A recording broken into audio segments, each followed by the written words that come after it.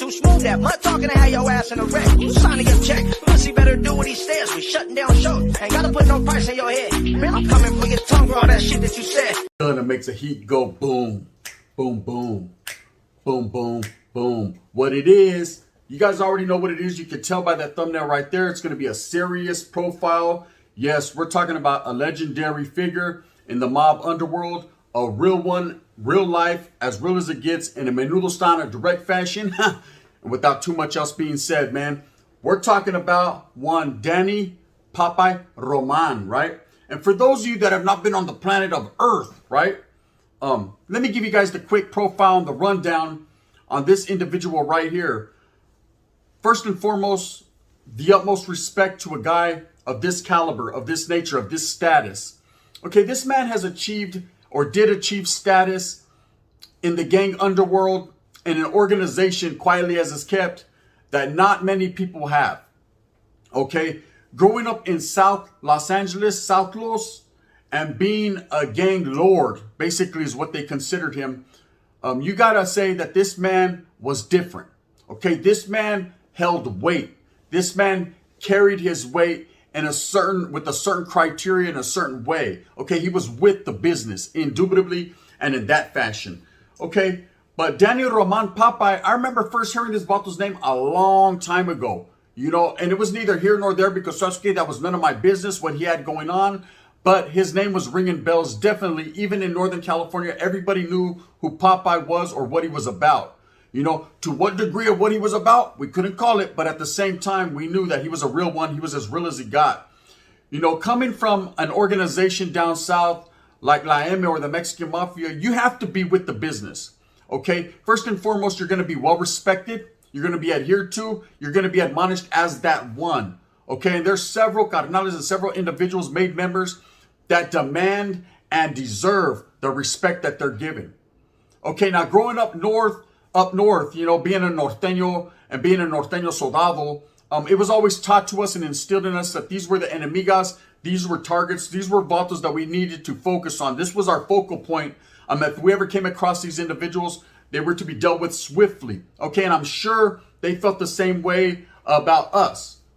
And we were to be dealt with because we were posing a threat to their safety and security and an obstacle to what they had going on. But at the same time, I never once was able to reach these individuals, and I never once was looking for them. It wasn't something that you went and looked for, because if you kind of try to look for these certain individuals, and you find them, then they found you. You know, and that's just how it goes down. They're to be respected and given that because they have earned that, you know, through their gang life, through the way they've carried themselves, and being one of those elite members and elite soldados of an organization that, like I said, not a lot of people can ever get into.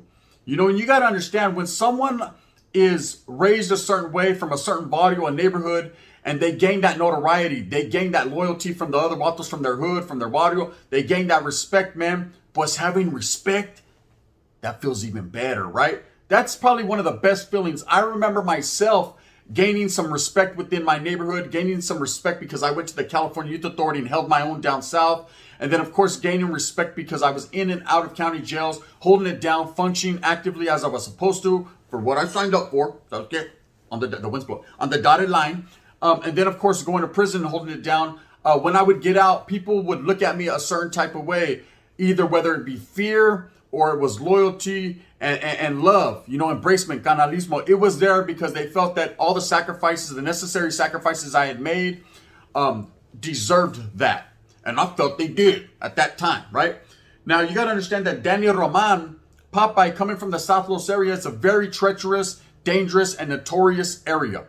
Okay, everywhere in LA is. Everybody in LA got a little bit of, they might fight amongst each other, but I promise you this, they'll burn that bitch down, get them pissed. But South LA is very notorious. Several neighborhoods, several barrios, several gang members. Okay, it's a very gang-related, gang-orientated part of LA. And they got legends that come out of there. Daniel Roman Popeye being probably first and foremost on the forefront of legendary status when it comes to South Los. And his neighborhood, you know, the barrio that he's from, the barrio that he hailed from, you know, growing up and being from that barrio, he wasn't a switch-up artist. He didn't go from here to there. You know, the vato stood strong for the soil where he toiled, right? For the concrete from which he was raised. and he demanded that respect, and they gave it to him, and that was the world notorious vato known as Dead End Harpies 13. Okay, respects and shout outs to the mother from Dead End Harpies. I've always loved the word dead end. I can't call it. There's a reason for it. The wind is blowing, right? But Dead End Harpies. And I remember when I first found out about this hood, I always knew about Dead End and Whittier. I had a primo I have a couple primos that are from Wilmas, and they would tell me about Dead End and Whittier. They never once mentioned Harpies. So I'm locked up, incarcerated in the California Youth Authority in Fred C. Nellis in Whittier down south. And I see a vato with Harpies blasted on his chest and Dead End on his stomach. And automatically he sees me because I have the guns, which is the Dead End sign, which they call it, the guns, the H for Harpy, we're Dead End. And we kind of spot each other, and it's kind of like an OK Corral standoff. You know what I mean? So we got our pistols ready. I'm Billy the Kid. He's Wyatt Earp. We're ready to get off where we're mad at. But at the same time, we got to conversating and getting to know each other. And come to find out, man, there was some type of chemistry there. There was some type of dead end love, right? And we left it like that. He did his thing as a sureño. I did my thing as a norteño. And we moved on from there. If the time ever came to shine and we had to do what we had to do, so we knew where we stood. We were both about our situations. But Daniel Roman, growing up in South LA, he worked his way to the tippy top of the iceberg. Hey, you, that's Popeye on that mountain. He was on that mountain. He was the one for several decades controlling. The guy is allegedly, making moves with thugs and making moves for the benefit of himself as well as the people around him and his organization. So they say, okay?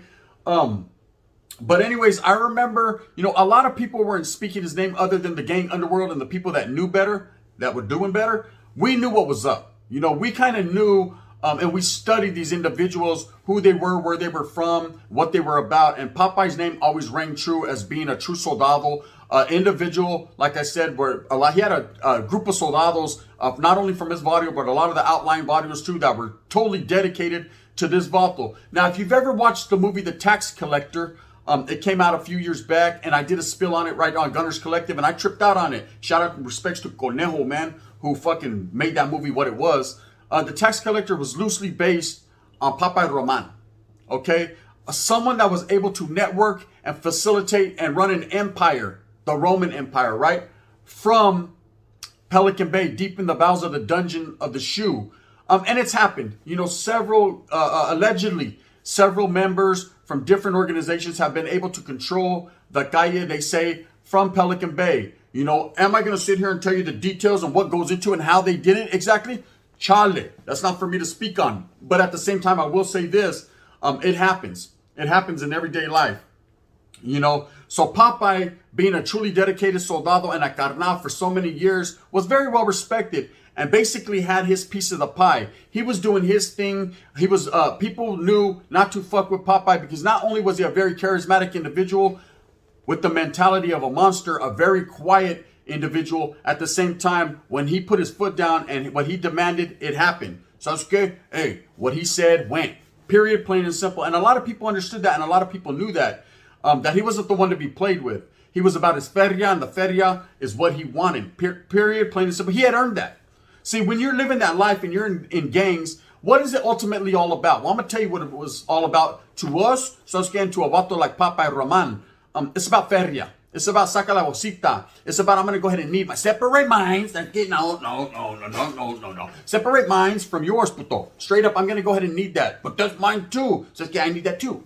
But what about minds from yours? Sasuke, I was kidding. I was only kidding. It's all mine, right? And when you got that much respect and you're admonished as someone in the hierarchy like that, someone that sits upon a mesa, one of the race, the kings of the underworld of an organization, you got that coming. Sasuke, you're going to take that by any means necessary, and ain't no one going to give you no lippy lip. No one's going to say nothing, because Sasuke, if they do, then one day they're going to be pinta bound, and then they're going to be headless bound.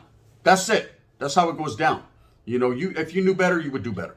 And this was the type of individual that controlled his stable, controlled his barrio, controlled his people with an iron fist. He was not the one to be fucked with by any means. So anyways, he first got pulled into the Mexican Mafia in 1988. So this vato had several decades under his belt of allegiance to an organization that's elite amongst all others, that's very well known worldwide, that is to be admonished and respected as such, because they've been through the trenches. They've been in an oppressed state. They've been the oppressors, the aggressors, but they basically ran California with an iron fist for several fucking years. You know, anyone that will sit here and deny it, they're lying. Okay, I can't deny it. I can't deny it. Right? It's real life. It's real talk, man. There's movies made about these individuals. American Me, Blood In, Blood Out, lightly was based on them. These vatos are well known. You know, lately it's been more of a mainstream thing. People are talking about it, where it was a very clandestine group for several years. And allegedly, according to some real vatos, that shit doesn't even exist, vato. You know, respects. It doesn't even exist. But we know, being from that life, there is an elephant in the room, right? And they're real deal. Holyfield with 2 ears. You know, fuck Tyson. Straight up.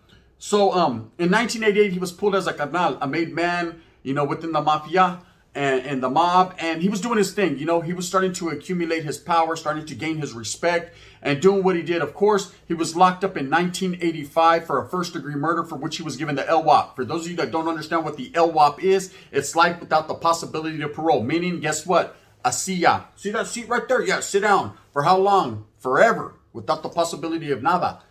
Serio? Serio. You know what I mean? See you later. We'll catch up with you in 30 to 40 years and see how your whiskers look then. So this man had been sitting down for a long time, and he took it in stride. He didn't complain about it. He didn't fucking argue with whoever. Whoop-de-whoop, boppity-bop. At the end of the day, he knew that he did the crime, so he was doing the time. And he made his life from the inside out. Meaning he was in the inside looking out, right? Two different things as far as the outside looking in. And he knew that this was his home. And so he made it a happy home for himself. So of course, through these decades, his name started to get more popularized, more known. He was more notoriety. See, you gain notoriety for the more tiempo you do and the way you carry yourself. You know, if you're in there and you're a poop butt, you're going to get treated like one. So that's getting your name don't mean shit. Your word, your balls, all that. It's all I have is my balls and my word. Well, they don't mean nada. So let's get watch out. Bam. What'd you do? I just kicked you in the balls. See? Gone. Your word, sas. You have that no more. Bang. You're done. Boop it a boop. See you later. You know, follow the yellow brick road. Follow the yellow brick road. Go wherever you go, puto. But at the end of the day, SNY has your name on it. It's going like this. Come. And there you go. You came. Bang, bang. You know what I mean? Now, someone like Popeye Roman was different. See, he did everything necessary to maintain his status. He did everything necessary to be that man, you know, and he deserved the piece of the pie, that being South Los, his neighborhood, and the surrounding areas. He had that coming. You know, I'm not going to tell you how it's divided up and what's going on. And because first and foremost, I don't know too much when it comes to that organization. And second of all, it's not my room to speak on. But I will say that he was doing his thing, and it was a well-known fact that he had a nice network going on. And of course, I wasn't the only one to know this, and you're not definitely the only one to know this. But of course, the federal government, the placas, they also knew this, right? And of course, when you're doing a little too much, man, and someone flips, someone tells, the streets start talking, all eyes on you. So in 2012, they actually did an operation, a RICO operation called Operation Roman Empire. Sasuke, they're cold-blooded, huh? They always make a play off a name. It's just the way the federal government works. It's basically like a slap in the face, but at the same time, they mean business. So they actually focused on his network, right? For which his daughter and several other individuals were apprehended. 18 other individuals from the Harpies gang of the hierarchy, allegedly, according to what the feds say. And these guys were caught up, you know? And of course, they're looking at Popeye as the hierarchy, the head of the household. You know what I mean? The one, the shot caller, the llavero. But again, what can they really do? What can they do then to move this guy to federal prison and things of that nature? So it was really not worth it for them to pursue him. What they wanted to do was break up his network, who allegedly were out there doing his things. Now, he's well known as the tax collector because he got his name and his respect from being the most notorious tax collector out there, meaning that they're allegedly saying he had people out there collecting taxes from various and several barrios in the South Los area. I know that neither to be here nor there, true or lies. Like I said, that's none of my business, none of your business. At the end of the day, this was the moniker that he got, the tax collector, and he was known as Danny Popeye, the tax collector of Roman. Like I said, they loosely based that movie upon him. He's the one in the cellar at the end. So I was getting, of course, you know, there's some facts that a lot of people don't know. In fact, Bobby Soto, who actually played the lead character, the lead role in that movie, is actually somewhere related to Popeye, being his grandson. But you didn't know that, right? Unless you watch Gunners Collective. I spoke on it there. But anyways, so Popeye, he ends up hitting a linea. After so many decades in the shoe and controlling his empire from Pelican Bay, and of course his empire crumbling and then rebuilding, doing what he does because the shit don't stop till the bodies rot, right? You got to keep pushing. You got to keep pushing forward. When you're in that gang life, man, you find other ways to wiggle. So his wigglization started to get real again. And of course, what happened was the end to hostilities that was implemented about 8 or 9 years ago. And this man was able to hit a linea. So he actually hit Corco Saref, which is a substance abuse treatment facility right across from Old Corcoran. And he was on a yarda. And for one reason or another, man, no one knows and no one should speak on, this vato was hit. He was allegedly hit by 2 individuals from a different barrio. And to what degree of hit, I can't call it. And all I can say is this is all alleged, man. We don't even know if those 2 individuals did this. This is what they're saying. This is what's out there. I'm not going to speak on it and say they did it or they didn't because I don't know. At the end of the day, he was hit and he succumbed to his wounds, And then a lot of people started speaking on him. And then a lot of people started talking about, I already knew about Popeye. I know about Popeye because his name was ringing out there, like I said, and me being from a barrio dead end, that's basically fashioned after the gang name Dead End Harpies from down south. I always played a part in studying up on the old veteranos from Los that counted. Do you see, when you're from a gang that carries the same name, you're interested. I myself was interested. I wanted to know why we chose the name Dead End, how these vatos got their name Dead End, and what led up into that. And of course, Popeye's name came up in the mix, and I took a very keen interest on his life and what he had going on. So I was got from the back burner, because, he was still doing his thing. And I just had a lot of respect for that individual. Even him being from down south and being the opposition or the opposite of what I was into and my cause, I still respect him. See, respect is a big word, especially when it comes to gang life. You got to respect the man for his gangster. You got to respect the man for what he's done. You ain't got to like him. You ain't got to kiss his ass, but so scared. You need to respect him because, hey, when you disrespect the motherfucker, sometimes not respecting a person, they could take it as disrespect and it could get ugly fast. Sacramento shit. You know what I mean? Real talk. Drumsticks. But at the same time, I just wanted to do this profile on Popeye Roman because I know a lot of people have spoken his name. They've spoken on his situation. But at the same time, man, he's one of the main vatos from the other side. I call it the other side that I've actually looked into, and I could say, man, at one point in time, this individual was with that business. I'm not going to say he ever wasn't. I'm going to say whatever reasons went into him being hit. It could have been over a game of dominoes, sabes que, Coenquian, or even Uno. No one knows, but it happened. It happened right there on SADF in 2000. When was it? A couple years ago. And I know that he was 64 years of age when it happened. And so he had lived a very dangerous and treacherous life. It takes a lot being an old man incarcerated for that many years. Sasuke, you watch your whole life pass in front of you. And Popeye watched his whole life pass in front of him. Of course, he had a good, strong support system, being his barrio that never left him stranded, always stood on the up and up. And he is well known to, to save his barrio in several instances where people were allegedly caught up in his barrio and we're going to get put in bad standings. He was notoriously known to show favoritism for his hood. And why not, man? A hood that stood strong by you and that you loved. When you're from your barrio, you love your barrio. Even now, me, no longer being an active norteño, no longer being embraced in that cause. And I understand the reasoning behind it. I still got love for my hood. I always would, cuz, and I always should, cuz, right? That's what it is. You 50-50 me? You know what I mean? On nifties. Straight up, that's just how it is. Everyone's going to have the love for the hood that they grew up in. So I know the Dead End store like a motherfucker, right? And I'm sure he knew all his little ins and outs and side streets. And he just had that love, and the streets loved him back because he was a real one. Anyways, with that being said, I hope you enjoyed this profile, this lightweight profile on Popeye Roman, a real individual, a real legend in the underworld that really did it, man.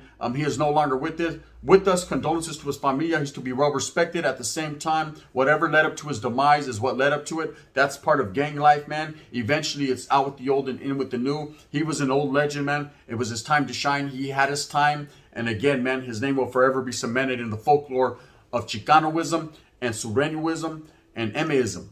New word of the day, man. Respects to them vatos. You already know what it is from the gun. With that being said, I hope that you move fast with a purpose. I hope that you get everything that you want coming to you. Remember, at the end of the day, it's all about going out there and hustling for your familia, man. I hope you enjoy these profiles. If you like them, please hit the thumbs up and like and subscribe. There's a button right there. It's called the notification. Pop that one time for your mind. Go over to Gunners Collective. If you don't know, now you know, man. Boom, bangling over there on Gunners Collective. We're making it happen. If you don't like me, so I get for one reason or another, you can hit that thumbs down. Heavy as the head that's going to wear that motherfucking crown. You already know what it is. The gun. I'm going to keep banging these profiles out. We got a lot more coming. Stay tuned. Part 2 of my profiles coming. It's dangerous, right? And we also got a lot of other things coming. I look forward to the people seeing these profiles. Bang, bang. Gracias. The gun. Menudo.